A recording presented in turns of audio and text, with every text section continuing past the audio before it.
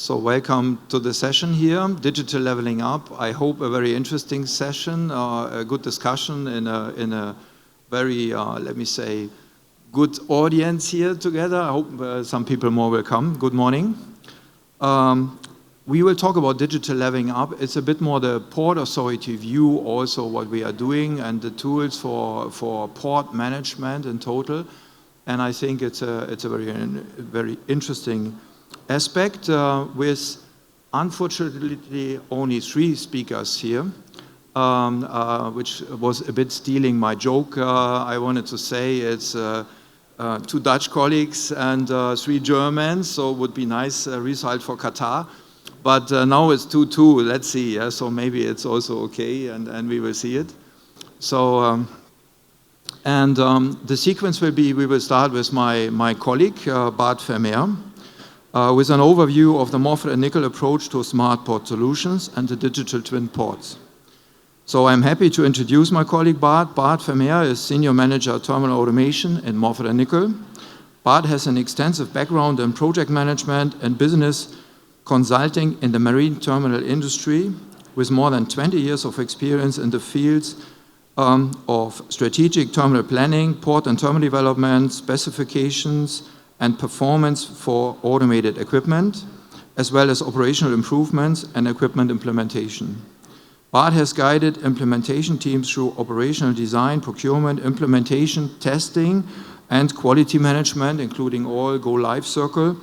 And his work in the field has taken him into project sites throughout Americas, Europe, Middle East, Asia, Africa. I think, Bart, we can write the word, yes, so it's more easy, yes.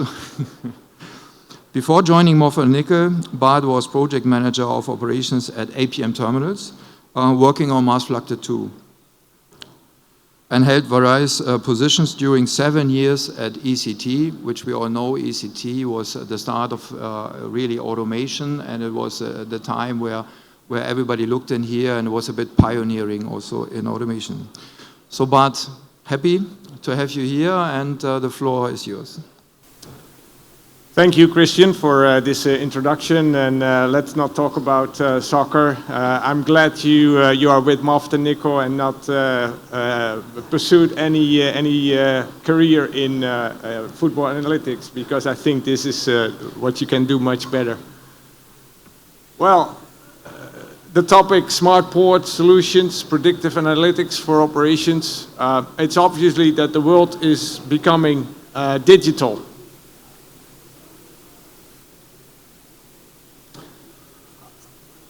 Probably we're all are used to pay with Bitcoin or any other digital currency. I must say, probably you have to have a bit of a good stomach. Recently there was something going on, but we have much more digital. Digital art is now becoming, of course, something that probably many of us don't understand, but there's a whole generation out there frantically buying NFTs of this guy and spending a lot of money on that. And of course, we are all pursuing to get some real estate in prime locations and paying top dollar for that. But now real estate is no longer real estate, it becomes also virtualized. And we see now people buying prime real estate in virtual platforms like the Sandbox. So probably you already secured your port at some prime location in that virtual area. But in all seriousness, I realized that recently when I had a talk with my wife, who's a school teacher, and she made it very clear to me and said, hey, Bart, there's really something here that is different. As we sit here, we already in our young ages, we all play with bricks and Lego, and we were doing things with the different, the red, yellow blocks and put them in those forms, right? Very tangible. So our learning curve and our learning pattern was really to start with things that are very tangible and concrete and then slowly and gradually you go into more abstract learning, right? With math in primary school and calculus in high school and so on. But that has been changed rapidly. Really, the world is changing. In the last 10 years, you see that for young children, really the abstract world is already at their fingertips. Look in the streets and look at the young parents that pushing the strollers around with the very little children in it. And 9 out of 10, you see that little kid already on the iPad or the iPhone. And for them, it's really a different world. For them, the virtual world is not something that is a replacement of the real world, but for them, their brain will be wired in a very different way, where for them, the virtual world becomes something that is the normal and the standard, and they relate to that from that perspective instead, where we are still looking at the real world and then relate to the virtual world. Well, what all has this to do with smart ports? Let's start with some, let's say, setting the scene a bit. When we think about a real port, and we think about it as a platform, right? We have a port with its access channels and the sandbox, and that is the platform that is gives you the possibility, and it's the enabler to build on top of that, on that top side, to build your terminals and your operations. So from that perspective, the port is the physical platform. And our solutions related to smart ports is to create that digital platform. So the digital platform, the digital infrastructure that we are building creates basically a digital mirror of what's out there today. And again, it's a platform. And the platform in itself is just a start. And on top of that platform, you want to build your applications and your solutions that provide tangible use cases for the user. And in our case, we see that there is a close and tight relationship between a digital platform that we build and simulation and emulation.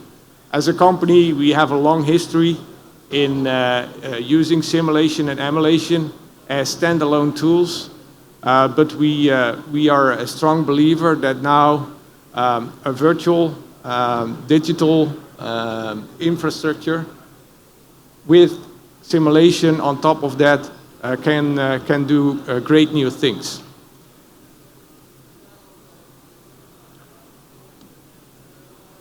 So when we think about what we are developing now, what we call the digital twin it starts with bringing everything together. So what we do is we look at the data that is out there, whether it is public data or private data, and that is what we bring into our digital twin environment. So of course, from the water side, we talk about, let's say, vessel traffic. On the land side, rail traffic, but also available data from highways, from the terminal operations, from any IoT device that's out there, but also environmental and weather metrics, camera systems, GIS data. Whatever data is out there, we will bring it in our environment. We synchronize it and harmonize it and create a data lake with a single source of truth. And also, we integrate systems. We are looking at terminal systems like the TOC, like the gate operating systems, port community systems, and it is all brought together in that digital twin.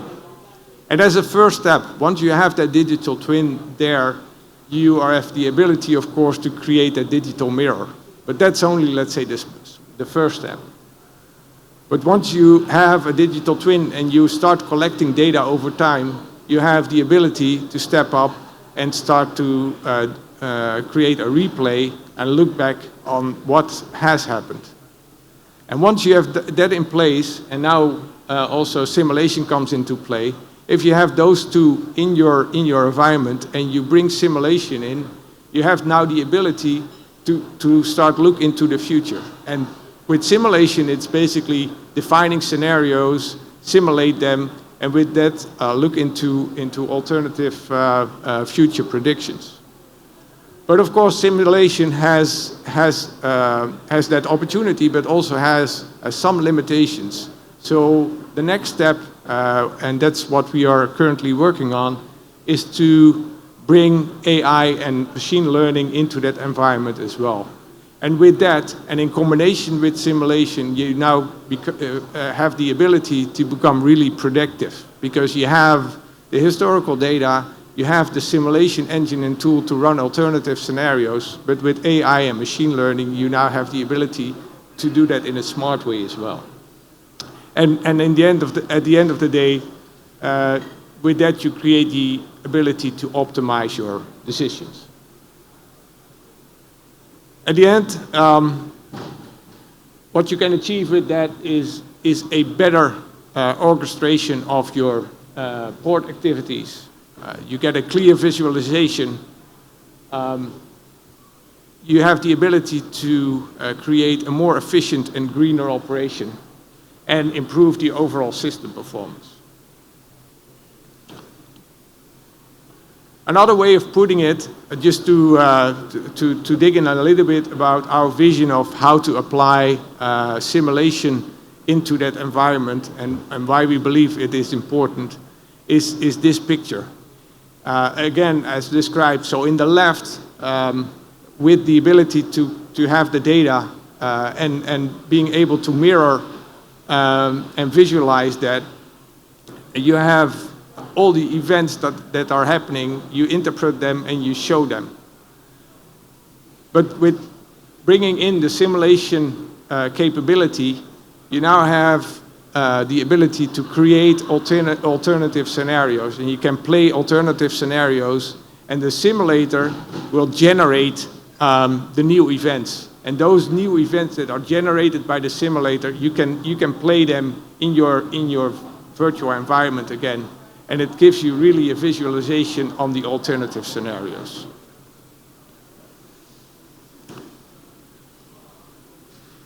Okay, let's go a little bit more down to earth, and it's probably all great, and we've heard this before, and we see smart ports and all the fuss about it, but what can we do with it? Because at the end of the day, we are not building this solution just to create some nice 3D image, right? I mean, we are trying to find solutions, and the question is, what is the problem we are trying to solve? So a few examples, and these are just a few examples that came up with the first pilots that we are currently running with 2 ports in both in Europe and in the US. Optimized traffic flows. Instead of terminal by terminal having your vehicle booking systems and your monitoring systems, once you have brought this into a port-wide system, you have the ability to really plan on a higher level and make sure that there's optimization not just for that single terminal but throughout the port. And if you have, as we have in the US example, if you have access to data about where trucks are not only in the port or in the terminal but even in the entire city, because trucks are equipped with RFID, you have the ability to monitor where the trucks are, where the congestions are, and you can again use that to optimize your overall planning and traffic flow within the port. About energy efficiency, I realize different locations are in different stages of a transition to cleaner cleaner solutions, but for example, in the use case for our US West Coast ports, electrification is a big topic. It means concretely that by 2030, all US West Coast ports in California need to be zero emission. And I mean, there's other technologies out there, but to a large extent, that means electrification. Think about all ports being electrified, all equipment being electrified. There is a huge demand now, and you have to manage that power demand. And with, of course, a grid and a limitation in the supply in the grid, it now becomes crucial that there is an actor in the port ecosystem that has the ability to orchestrate the power demand and has the ability to do some peak shaving. And another example can be just if you have a better handle on the berth utilization and the berth availability, you can adapt vessel speeds, assuring that vessels will only arrive when the berth is available.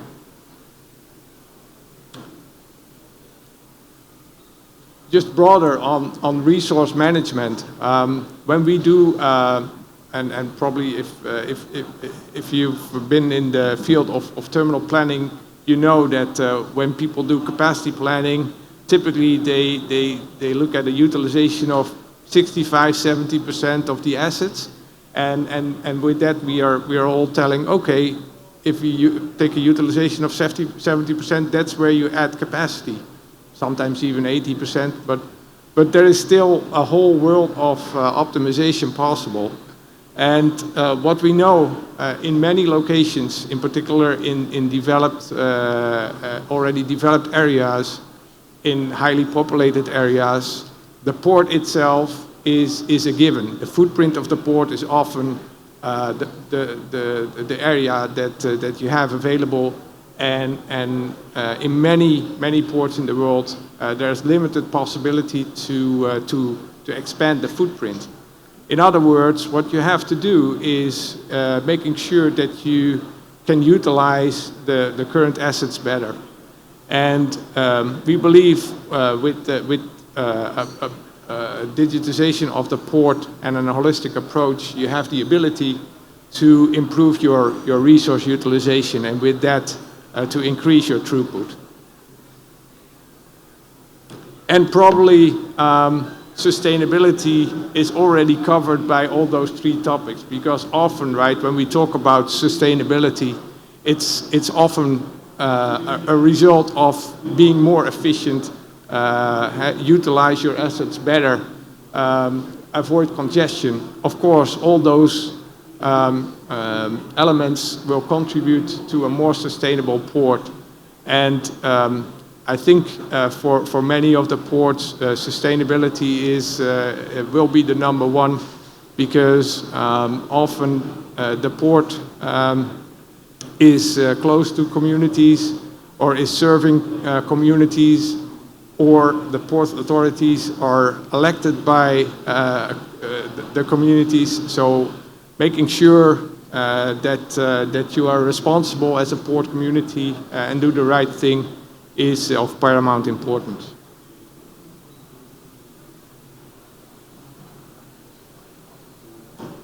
Just a few snapshots. What is it that we are trying to do? Very concrete, tangible.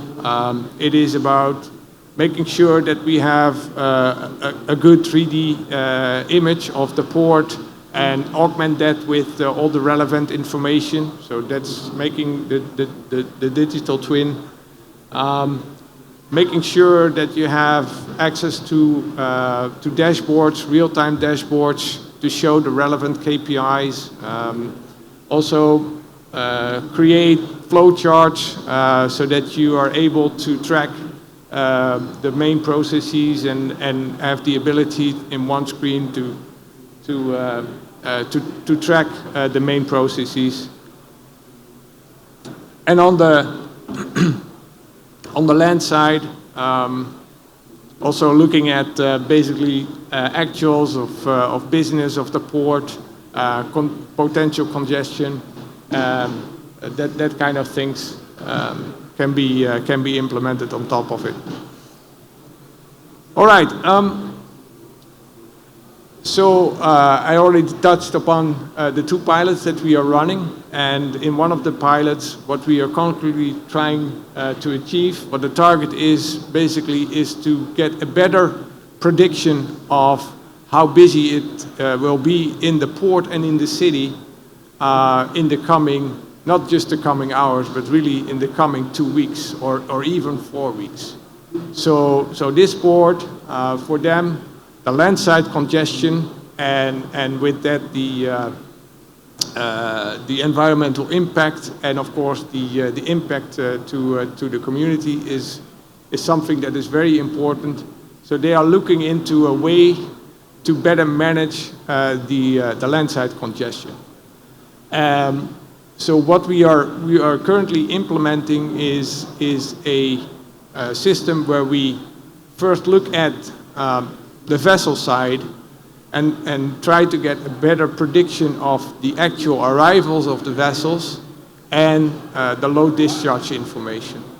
And instead of immediately jumping into, let's say, the information that comes from individual systems within the terminals, we are trying to use data sources that are on a more generic level, on a higher level.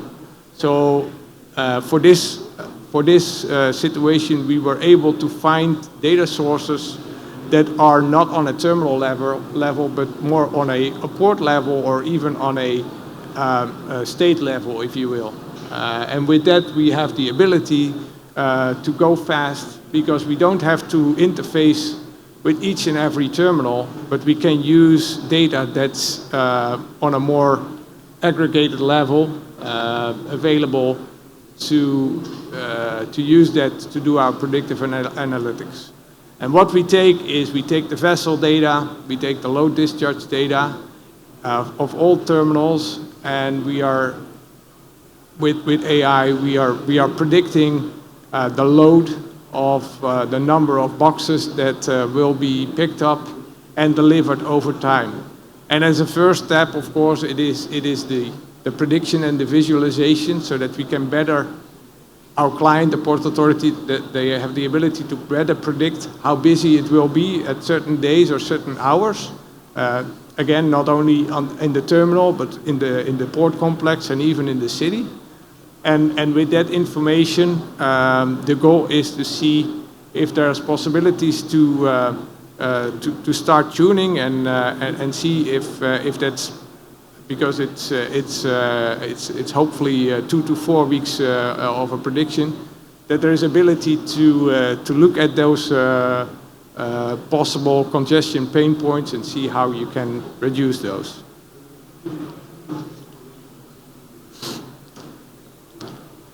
Obviously, there are challenges with the implementation and of the smart port concept. The value proposition.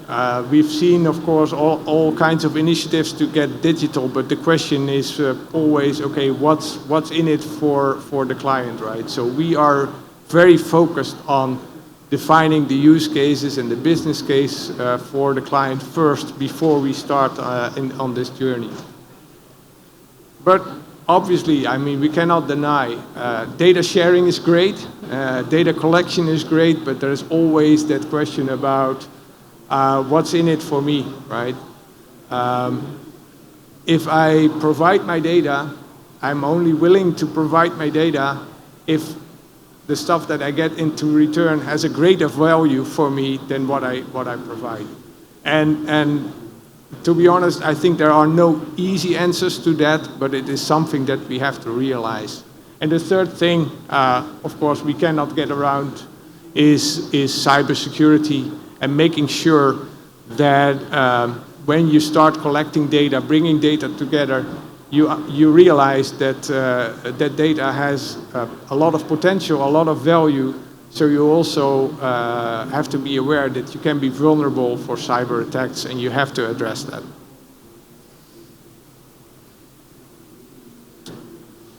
Well, to summarize, and I come to the end of this presentation, in our vision, the path goes from smart technology to port digitization and to collaboration.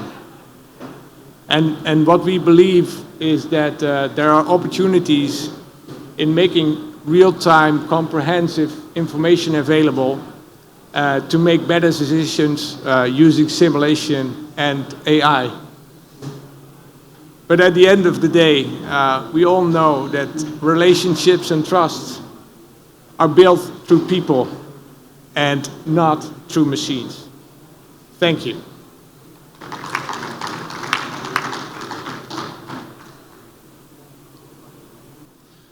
So, thank you very much, Bart. We can wave now because Bart has to run to Schiphol. You know all that Schiphol is a bit problematic these times and he has to fly back to US. But I think later in the discussion, the one or other question I can take from his presentation. I'm happy also to announce a second speaker to give us more insights about the level of digitization and the current platform solutions in Port of Rotterdam.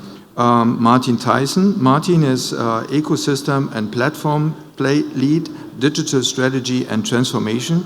Quite a lot. And blockchain, I forgot blockchain, yes, so in Port of Rotterdam. So really Swiss knife what digitization is, yes. Martin is passionate about digitalization and transformation, driving performance and growing business through connecting and developing people.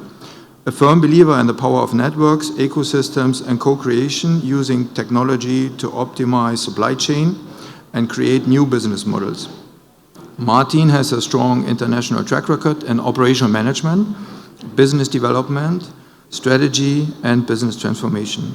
Within Port of Rotterdam, Martin is responsible for the strategic digital agenda for the commercial departments, engaging and growing the ecosystem and thus driving the transformation of the Port of Rotterdam to its future-proof role in the supply chain using digital business solutions and platforms. Thank you very much. I think we are very interested to see you now, Martin.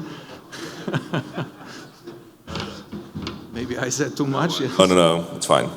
I'll like to talk. It's a small audience, but I'll explain what I'll do in a minute, so don't focus too much on the...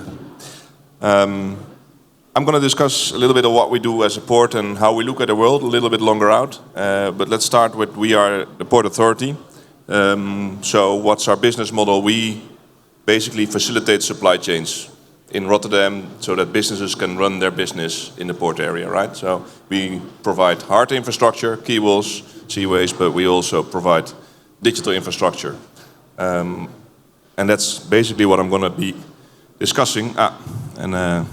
The font sizes doesn't come, but it doesn't really matter. I think what is very important for us to understand, but also I think for the audience to understand, is the rise of the platform model in the economy around us, right? We have been living with the pipeline model for years and years and years, and many of us still are, which is perfectly fine because we still need goods, we still need output, we still have assets, we still live on assets. And a lot of us still manage their internal efficiency. Probably driver number one for a lot of people also attending here, trying to figure out how can we do that. The world is changing rapidly. So there's platform business models coming up, which is based on participation interactions.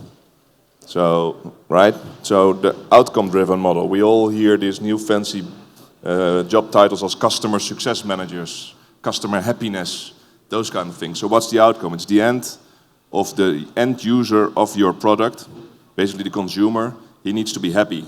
The rest is important. That's completely different than, hey, I want to sell you this stuff, point, pay me for it. Because what means it if you're happy? Is that at one point sell, or is that you come back and that you have a good interaction? What makes you more happy if you receive, well, I'm a little bit of a sneaker addict, but in a box of sneakers, is it the sneaker or is it the personal note in there wishing me, hey, thank you for coming back, blah, blah, blah. What makes me happy? This is rather important, I think, to understand what business are you in and where is true value created. So what we try to do, or need to try to do, is manage interactions and add value. And this for us as a port is important because we need to be able to facilitate the pipeline business model, still very relevant, but the platform business model is rising rapidly, and it's impacted by how we facilitate trade in the port area. Yeah, so keep that in mind. I think I already said this a little bit, right? So there's whole new ways of value creation. And you get new products, new services based on technologies.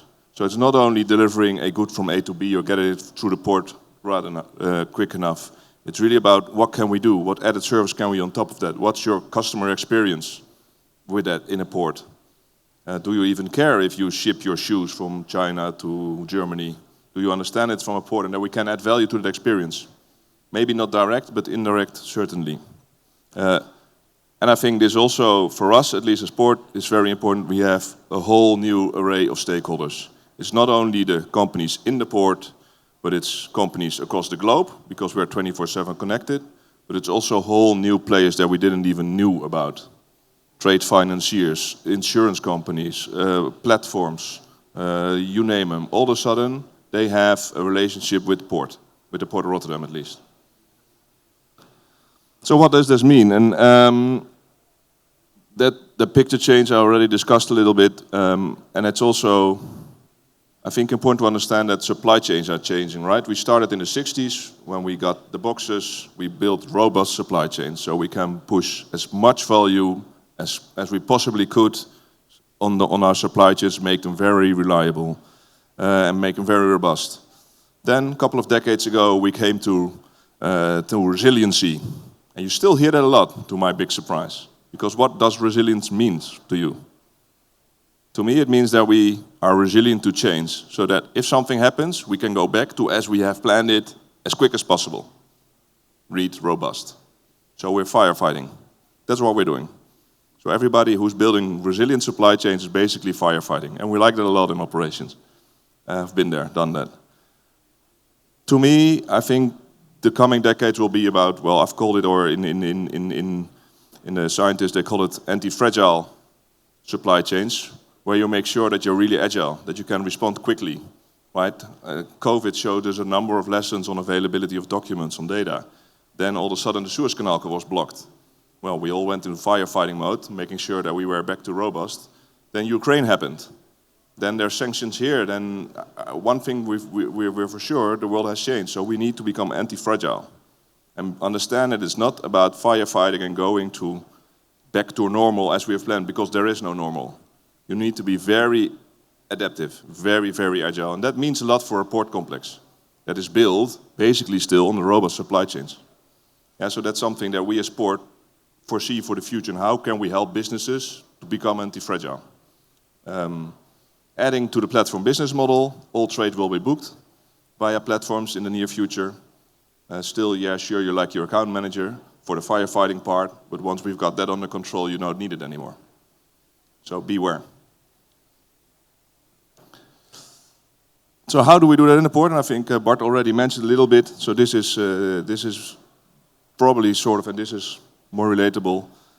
We look at 4 layers where we have to be very, very active as a port. We need to ensure that we are standardizing data points, right? Because then at least we sort of have the same definition of things. It's great that Terminal A has a digital twin and Terminal B has a digital twin. But if they keep separate definitions of ETAs or berth positions, they're pretty useless, right? So we need to become standardized. A lot of effort in there with the IMOs, with the task forces on the port call optimizations, great work of DCSA being done, but this is something that's important for us as a port. Then regional data sharing capability. So now I have data, I need to be able to share it, being it emails, Excels, PDFs, APIs. Well, even that's sort of already outdated, but in the industry we're getting there. So, but we need to be able to share it.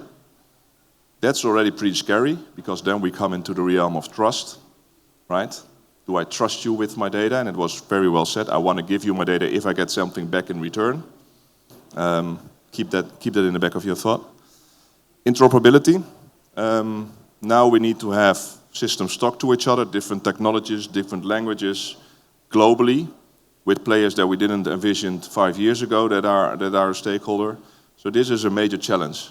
Technology is here to help, but that's also very scary and difficult, right? Because all of a sudden you sort of seem to lose control.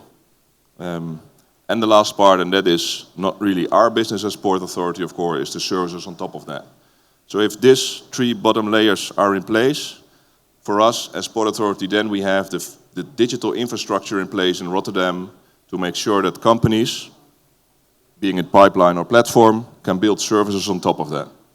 And then I think we're doing a great job as smart port, right? So this is also where the digital twin part is, that what's next is be discussed. Yeah, it needs to be standardized, it needs to be able to share the data, it needs to be interoperable with any other stakeholder, and then you can build your services on top. Well, there's the nice layers. I should have clicked straight away. I don't know what happened with the font, but anyway. Great if we do this in Rotterdam, right? We've started with port community systems, in the 80s, port base. So first steps of digitization is almost as old as I am now. But a local strong infrastructure is of no value if it's not used, if it's not part of a global, basically global network. Right? It needs to be able, the big trade lanes, being it Singapore for containers for us, or Houston for bulk, but even trade finance centers, right? Because all of a sudden there's trade finance flows. We've got paper streams, e-documents, e-bills of lading. So we need to be 24/7 connected with a global infrastructure. And for that, we see ourselves, what is the ecosystem around us? How do we activate it, and how do we create value for the ecosystem? By no means limitative, but this is a bit of what we see as our ecosystem stakeholders, other ports, the carriers and the terminals. I've put here the container names in, and we can make this for any industry. The industry bodies, the authorities that have a key role to play here, being it in rules, regulations, or in standardization. Shippers and their digital forwarders, and platforms and data and trading platforms. So these are basically the ecosystem players that we need to facilitate for global trade. And this is where the 1 + 1 is 3 comes in, and that was mentioned, right? So yes, it's about data standardization. It's about sharing capabilities of interoperability. But what's it worth? What's data worth? And the traditional saying, hey, I've got my data, you need to pay for it, that's not going to hold very long time. Because then you're in the managing your efficiency part. To us, it's crucial to understand that if you provide your data, what do you get in return? And the value that you can get in return can be a completely different denominator or a value than for another ecosystem partner. So, and that's where trust comes in. Trust your ecosystem partners that we're all here to create the perfect experience for the end customer. Because if you take that as a starting point, all of a sudden you see that the value that data has to you is completely different than it has to another ecosystem partner. But he has something in return that is of value to you. And once you're able to discuss that in small use cases, you can make great steps. Right? And that's what we're sort of now building in Rotterdam, and what we're doing with partners around the globe, being at the DCSA and the UNC fact on EBL, where we're not in the EBL solution providing, we leave that to the SDocs and the Boleros, but we built the interoperability part, yes, based on blockchain, minor technology that makes it tick. But in that case, we create value, and there's value for all the ecosystem partners involved. So anything we do in the near future is basically looking at these ecosystem stakeholders, identify 2, 3, 4 of them, sit around the table, take our role as neutral facilitator in the supply chain, right? We are not in the service business. Identify how the 1 + 1 is 3 can work for all the partners, and then build on that. So I think that, to me, was the core of my message. I see some nodding, I see hopefully some interesting questions later in the discussion, but I think I gave you a little bit of an insight on how we look as an authority on a bigger strategic picture. So not so much in the solutions, not so much in day-to-day efficiency. That is for the businesses in the port. We try to look a little bit further at that, or at least me and my team, what's coming at us and how can we be the port of the future as well. Thank you, and looking forward to some questions later. I hope it's not too much German pronunciation when I should say Martin, yeah? Is it Martin, yeah? So, okay, I try my best. Okay. Very interesting presentation, and I think we have some talks later about this. Now, last speaker, last but not least, in our panel here, I'm happy to announce Sven Daniels, from my current colleague Bart to my former colleague Sven, colleague and friend, long years with me together in the industry. And Sven will talk about how digital technologies can help ports achieving maximum strategic benefits. So, Sven is partner and product manager for digitization in HPC, Hamburg Port Consulting. Sven is looking back at more than 30 years as a professional port and IT consultant and has gained broad experience as a specialist in the fields of managing complex IT projects for the ports and logistics industry. Sven has successfully implemented IT systems in ports and terminals in numerous countries around the world. Among others, he was responsible for the digitization and automation of Hamburg's largest container terminal Burcherkai, where he and his team implemented digitalized processes under full operational conditions. Sven is partner and head of IT at HPC, a 100% subsidiary of HHLA, where he leads a team of approximately 40 IT professionals. We know him as a respected speaker at international conferences where he gives lectures and presentations on digitization, process automation, and IT strategy. Sven, we are ready to hear you, and the floor is yours. All right, I'm sorry. Yeah, good morning all together. So it's not only Christian and me. I see Rob van Eindhoven here in the room, and he's a third partner who helped us a lot at the Burcherkai and other places. So good morning. Yeah. Okay, so where's my... All right, so I have to make my obligations and talk a little bit about HPC, not too much because, 45 years in the industry, a subsidiary of HHLA, as Christian said. And yeah, we're helping ports around the world to develop in all aspects, from engineering to optimization and so on. Our background is operations, so we're really coming from a container terminal background or a terminal background. All our experts are operations experts as such, and so this is leading us, to improve operations processes. 45 years ago, it was more like doing management on site. Today is a lot about the digitalization, optimization, simulation, and those kind of things. I start with this one. We did an internal research some years ago where we had a look where all the money goes in our industry, and the surprises was quite big to see how far behind we are, what happens to our industry, what's wrong with us, others are far beyond, and we see some startups coming up. So I thought this morning, look around and how many startups do I see here on the conference, and it's pretty limited. So our question was, what's wrong with us? Why is that so? And well, the first answer could be, it's a pretty mature industry, We've been shipping goods for 15,000 years already, so not much to improve. We're ready, we're good.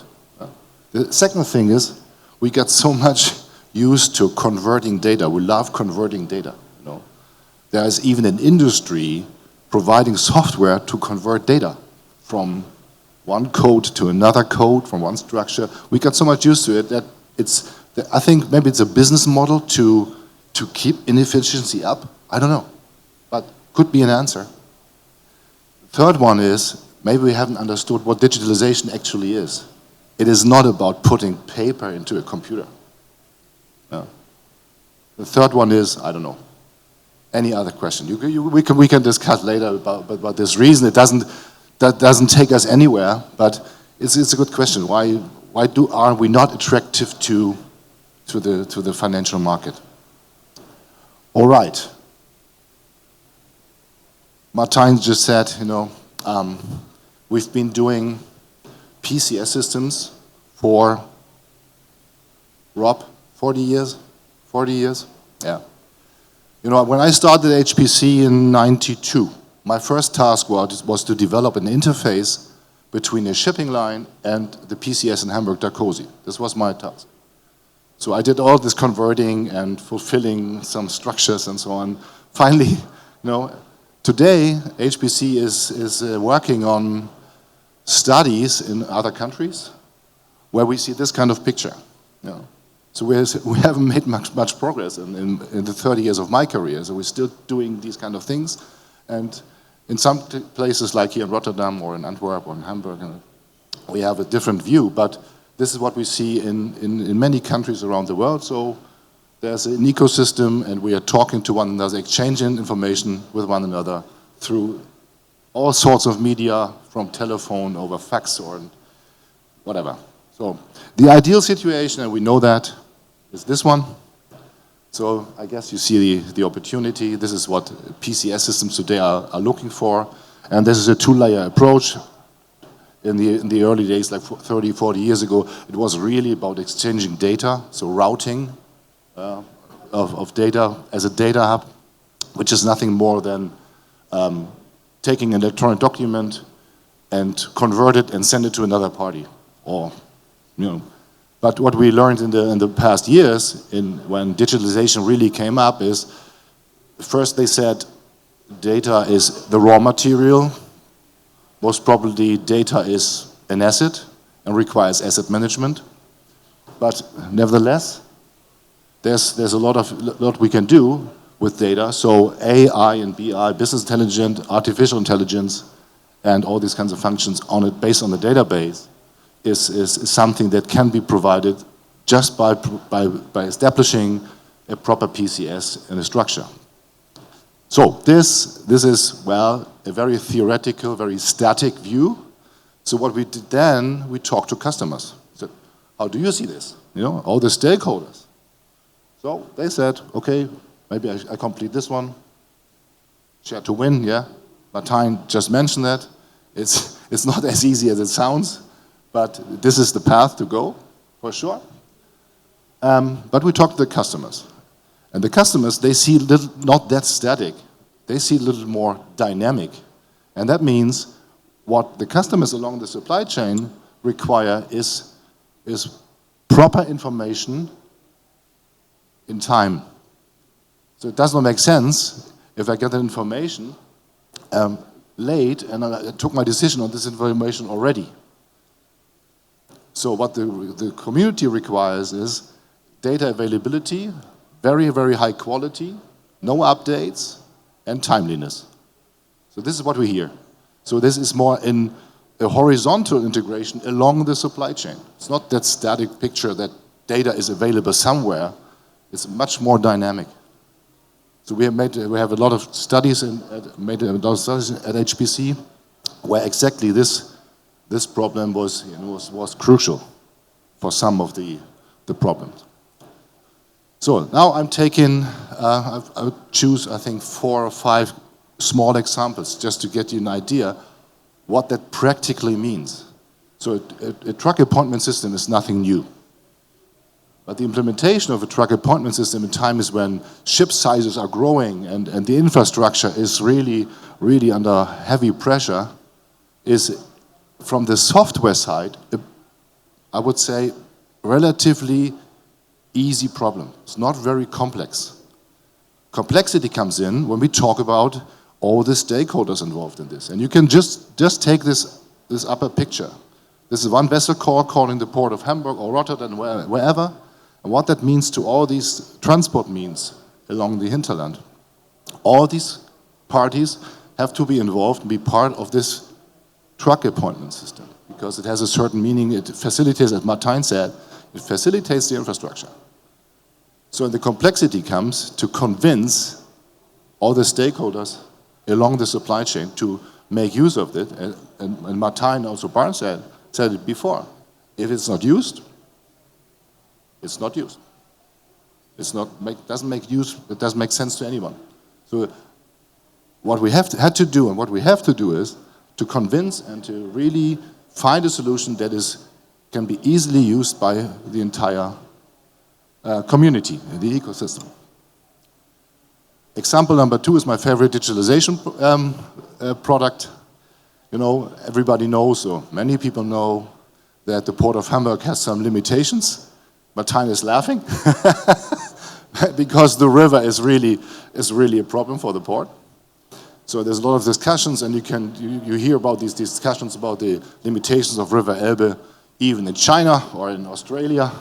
So, and this is politically not very much welcomed in Hamburg. So what we did is to put a digital solution on top of the river. Let's call it a digital twin of the river. And there's a group of people, like a control tower in an airport, taking care of all the vessel traffic calling Hamburg. And they do that from the Strait of Gibraltar up to Norway, observing all the vessels and talking to them digitally. And they take into account the tide windows, the weather conditions, wind, all those sort of things that help to make proper decisions to facilitate the river. I love this because this has to do with people, but also with technology, with lots of data, Internet of Things. Wonderful. And it's working very well. But again, there's this technical solution which is more complex than the truck appointment system. But it's still the same thing. We have to integrate so many people, many stakeholders with different interests, and hopefully they trust each other, Martijn. Yeah? It's working well, but it's a lot of work to convince all the people to make use of it. All the authorities and everyone. This is number 2. Number 3 just came across some month ago.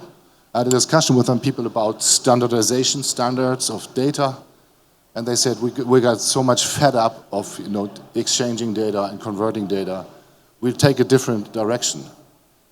We try to apply something like a cloud-based documentation protected by blockchain. So there are some startups, luckily, in the industry that offer services for EBLs, for manifests. And then, in this case, the owners of the document can decide themselves whom to offer and open the access to the document. It's quite interesting, a relatively new development.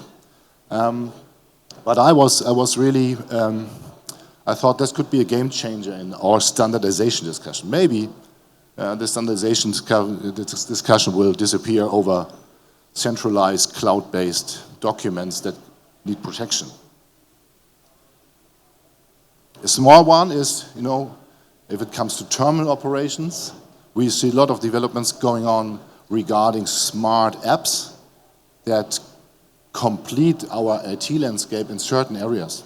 The hedge clerk system is something that we provided to our sister company, Burchard Kai and Tollerort, which is just replacing paper documents that are used on board of the vessel by a tablet application, with a lot of benefits coming out of that. Not only a reduction of paper, but also much leaner processes, which is another software engineering endeavor together with change management, because you have to explain to your staff that this is now a new working procedure. My final example is about machine learning. And this is, I took this one because I want to come back to timeliness and quality of data. This example, and you can see the yellow containers here in the block, those are the containers that we don't know in what direction we have to deliver them and when. So when we discharge a box and put it into the yard, in very many cases we don't know, does it go out by rail, by truck, by feeder vessel, and when? So, and we put this problem, I think, we put it into the shelf. We said it's unsolvable. We have been talking to the shipping lines, to the forwarders, and could you provide it earlier, better quality, no updates? In the 30 years of my professional career, this is an unsolved problem. And then somebody came and said, maybe we can take a different approach. We take all the data with the millions of data records and try to find patterns that give us a prediction what will be happening with a single box. Something that is beyond, the abilities of a human's mind, at least mine. So we trained a model, machine learning approach, and tried to find better data, and inserted the data into the yard planning system. And then we did a simulation, and I have to go back, I'm sorry. And you can see from the simulation all the vital KPIs of operation improved. We put it into a live operation, and we saw similar results. So what we can see here is that we approached an existing problem that we almost forgot to solve and just put it into the shelf. That there's a good option to try different approaches and to train models, do prediction of data, and This is all, it doesn't come off the shelf. It's nothing that you can buy. It has to do with engineering and with change management. And this is the conclusion of my presentation. You won't find a blueprint model for the solutions. It's always individual, from port to port, from terminal to terminal. The technology is generally available, and it's evolving, it's improving. As I said, if you have the files of unsolved problems, open it up again and reconsider if you can find different approaches to existing problems. It's about digitalization, engineering, and change management. So, and this leads me back to my initial point. If we are not attractive to the market, we are not attractive to talent. We need talent in our industry. So we are so much sure that we love our industry, but if I talk to my children, they are not that interested in this, really not.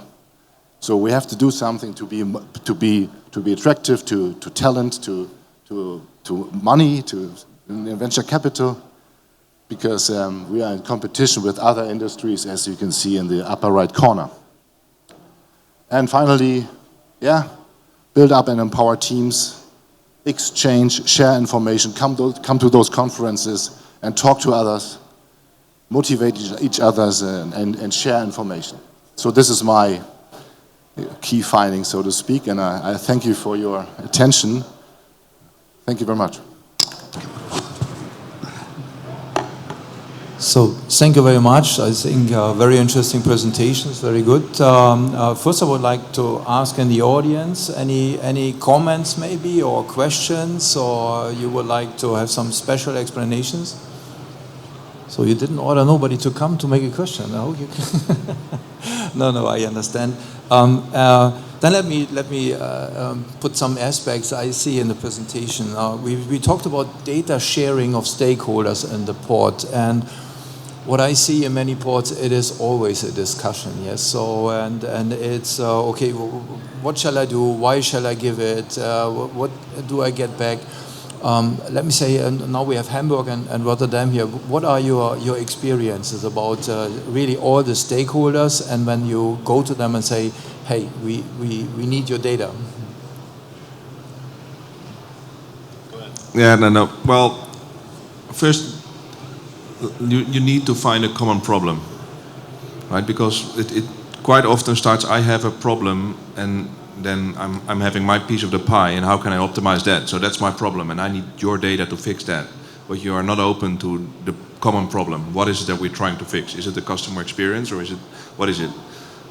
And so basically you're not understanding each other. So we are having a discussion on data sharing, but you want to protect your part, and I want to protect mine. So we're not actually discussing the true issue at the table, because my mindset is set, I want your data for this, and I'm not open to your part. So that to me, it sits with trust and with the change management part. And I think the example mentioned on managing the Elbe River, it took quite a while, I believe, to have Port of Rotterdam Authority share their data with Hamburg.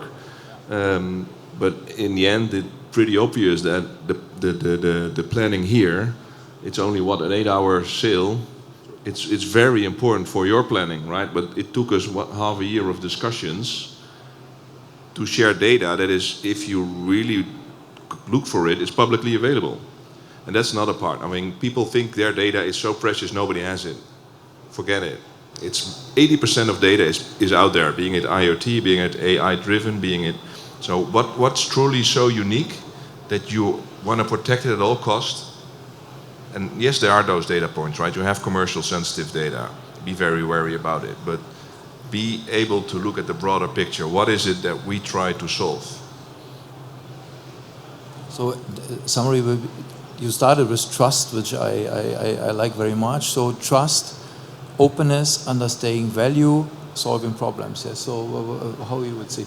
I agree with Martijn. I would like to add that we did a little research at HALA about the availability of data and timeliness, and one of the outcomes was, or more a question, do we know the value of data?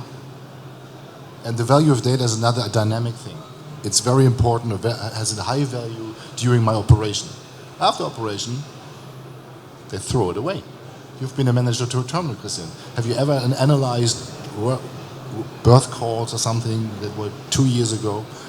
In the BI, yes. So, but the community, the ecosystem, the community doesn't have a measurement for value of data. It's just something that I protect due to historical reasons because we were educated that way. Or your KPIs. It's just management KPIs says this, so this is what I need to do. So it's a P&L thing quite often. Huh? But this historical educational point is, I only share if I get something in return. Okay, but this is also doable. You know, if we exchanged data with Port of Rotterdam, it's not unidirectional. We exchange data both directions. So, and we are at the very beginning of this process. But I think as soon as we understand the value of data, we know what we have to protect and which we can easily share. But there's no process to know that. No, in fact, I can confirm this, and I have an example. Sven is right. I managed the Burchakai. We talked about 8 years. Data is knowledge. In these days, let me say, it was not about knowledge. Yes, I knew sometimes on a Thursday I might have a very difficult weekend because all the vessels come. Burchakai is a 3 million TEU terminal in Hamburg. So when all the vessels have delay and they are blocked and they come on a Saturday night, then you have a problem. So you know it already, so you work on it, you know all my delivery of container, all my outgoing containers will create a mess. And I have to say, of course, I immediately go to my control tower team and I go to my operation and say, hey, we will have a problem, deal with it, bring the gangs in, do. Not even once. And you have to know that Burchakai there is a competing terminal, Eurogate terminal, Burchakai 3 million TEU, 2.5 million TEU Eurogate. When the exit on the highway is maybe 2 kilometers away, so a shared exit on the highway, and when we block this highway, we block one of the main axles in Germany, north-south. Yeah, it's directly in front of the Tunnel River Elbe, and in 8 years, not even once, I called Peter Zielinski, finally a good friend, but also a competitor of mine, the managing director of the Eurogate terminal, and say, hey, Peter, just that you know, I have a problem Saturday night, I will block everything here, so you might deal with it. Or he tells me, oh yeah, fine, the problem is even bigger because I have it on Sunday also. Yeah, so not even once we had this communication, and I think this is a value of transparency systems and solutions we have seen here for Hamburg, for Rotterdam, and also our solution in Morpher and Nickel, which we have for 2 ports now in development. Yeah, so, and this is a value for the stakeholders we need to give. Yeah, so. Maybe you allow me to switch to the next point. We talked about data standardization, and I think it's very important. I think we're all happy about the TIC 4.0, what we are doing. I have to say 2 years ago I managed Ilport, and I still had, I'm a bit ashamed to say, but I had a back office of 5 people correcting EDI data. Yeah, so still correcting the data in a file we got to bring it then in the software system in, so I hope we work more on it. But what about data redundancy and reliability? So already on the terminal side, I also a bit ashamed to say, but it is like this, I had different data for name of a customer in my ERP system than in my terminal operating system. I had different amount of container giving here, so when you now collect all this data and you get from different stakeholder data, how you deal with redundancy, reliability, that you say, okay, they're all same, this is a name for APMT, APMTB, APMTC, that's the right one. So how you deal with this? Yeah, that's well, I can only speak for ourselves as Port Authority, our internal data, right? But that's a painstaking process because it's all based on legacy, it's all based on local teams, their own teams, putting it into Excels on their own naming conventions, then it was aggregated into a data lake, keeping the naming convention, and then you're lost, right? So you need to first get your own stuff in order and agree on what is what. And then you convince the stakeholders to do the same, or how No, because then no, well, then you come into the big realm. Are we going to agree on one global standard, right? If we look at portal optimization, the task force on the definitions, or do we keep an entire business model alive, basing on translating? I'm not saying one is better than the other. Sure, we all would like to have, but even in our normal lives, consumers, we don't manage to get one plug globally for electricity. So how do you think that we, with thousands of players in logistics, can get to one standard definition? So you will always have the translation, but you need to have internally at least get your act together on what is what. Because if you start internally within your own team or in your company, you be able to have the same definitions, that should be the start, right? So, and I think that's also one of the pitfalls in the industry, is that we then look to technology to fix it for us, instead of just, no, you need to go to the painstaking process of your own business process standardization. Must be. If you're not doing that, then you're going to lose out. fully with you, but remembering in Hamburg, Burchakai, we even liked, for whatever reason, to give CMA services our own name. So now you have the same service in Eurogate, and how you deal with this? So now it's the same name for everything? I don't know, Christian, but talking about the value of data, I think I see a change now, these days. I think the curve that I showed you is also indicating that we're coming from something on amateur level to professional level. And looking back again, I know I'm 60 years old, so I can talk old anecdotes and stuff like that, and we're boring everybody with that. It is, the SMDG was a standardization group, and Rob will remember that. This was a group of volunteers. They came together every 6 months discussing BAPLI 2.0.1.8, something like this, ready. So it was good. It was initiated by the big ports in Europe and the US, I don't know. So this was the standardization committee. And now we see there's a professional trend. DCSA trade lanes, they go and say, if we want to make use of data, and I think you said that, Martin, to build up these layers, then we cannot rely that on a group of volunteers. And I respect what they did. It's not that I'm laughing about it. This was great effort to do all this Edifa, Codeco, BAPLI, and so on. But we see here we already see a strong development into something to professionalize it, to get over it. Yeah, and I think, to build on that, because I fully agree, I don't think we need more standards, but we need to agree on which standards to use. Right? There's so many standards out there, so which one are we using, or which one do we need to be able to translate? But if you see the work of ICC, if you see the work of the FIATA, if you see the work of UNCFACT, if you see the work of the World Economic Forum, there's plenty out there. So get in touch with these more and more professional groups, see what they're doing, and then you have a painstaking job to do on your own. Adhere to that, and then you're fit. So if you go into new service provider or tech provider, don't have them build your system with their definitions. Make sure they use the industry standards, because there are enough industry standards already. Okay, very good. Okay, we talk about data standardization, how to get the data. Yes, so I would like to switch a bit and see.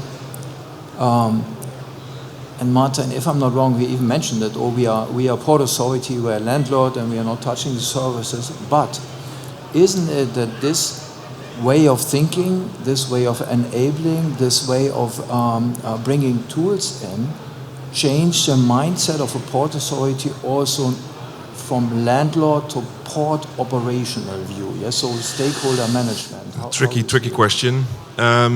Yes and no. Like I said, right, the platform business model opens up new ways of value creation, also for us as port authority. So if we would just stick to landlord model as the only way, it would be foolish. So we need to be open. The one thing we cannot do is be a supply chain service provider. Yes, for the port area, maybe for our own assets, but we are not going to handle boxes. We are not going to be a ship owning company. But we can build digital infrastructure that you can use. And that can have its own cost plus business model. Same as a physical key wall, right? You pay per use. with a small fee because we need to maintain, build, and whatever. So that we could do. What we do is we incubate startups to build services on top of that infrastructure, because the platform business model only works if you get the flywheel right. You need producers of a service that will attract consumers of the service. The more consumers, the more services will be there. The more services, the more consumers. So it's the traditional Uber model.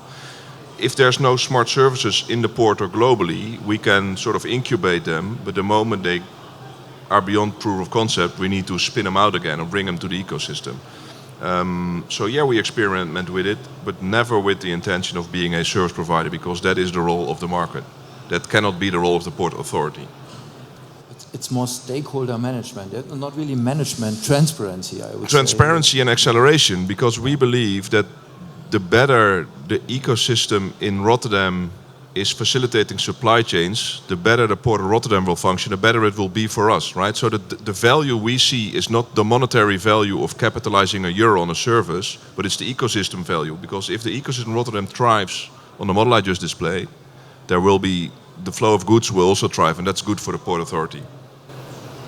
Sven, when we see your presentation, there was a HVCC, Hamburg Vessel Coordination Center, if I'm right. Yeah. So, which is more an operational tool, as a planning tool. How this is organizationally set it up in Hamburg? You know, if you talk to people about HVCC from abroad, one of the first questions is, this is the digital answer to a physical problem coming from the Port Authority. This is what people think from abroad when they look from a distance. In fact, that's not true. It's an initiative created by the big operators in the Port of Hamburg, because they literally didn't want to wait for political decision-making processes that would take a long time, while they are at the same time are able to provide that service on their own. So to me, it's again something that has to do with timeliness. You know? There's a problem now. There are companies like Hala and Eurogate that come up and say, we can solve that. We have an idea, we have people, we have talent, as I mentioned. People that see the solution, that are, protagonists for this solution. And of course, there are discussions between the operators of HVCC and the Port Authority. Who is the owner of this kind of service? So, I mean, from an ideal point of view, HVCC is the digital answer to a physical problem, and this should be solved by the Port Authority. I'm totally convinced about that. But you cannot wait forever. This is the practical answer to it. I think it's a very good example where digitization leads to transparency, leads to understanding a problem, and here even leads to stakeholder in the port to push for a solution. Yeah? So I think it's a very good example. So Hannah, I think if you allow me, we can maybe 3 minutes earlier to go to a coffee break. If there are not any more questions or comments here, then thank you very much for listening here for our session and Thursday morning TOC. Not really attractive time, but I appreciate that you were listening us here, and have a great day, and see you soon, hopefully.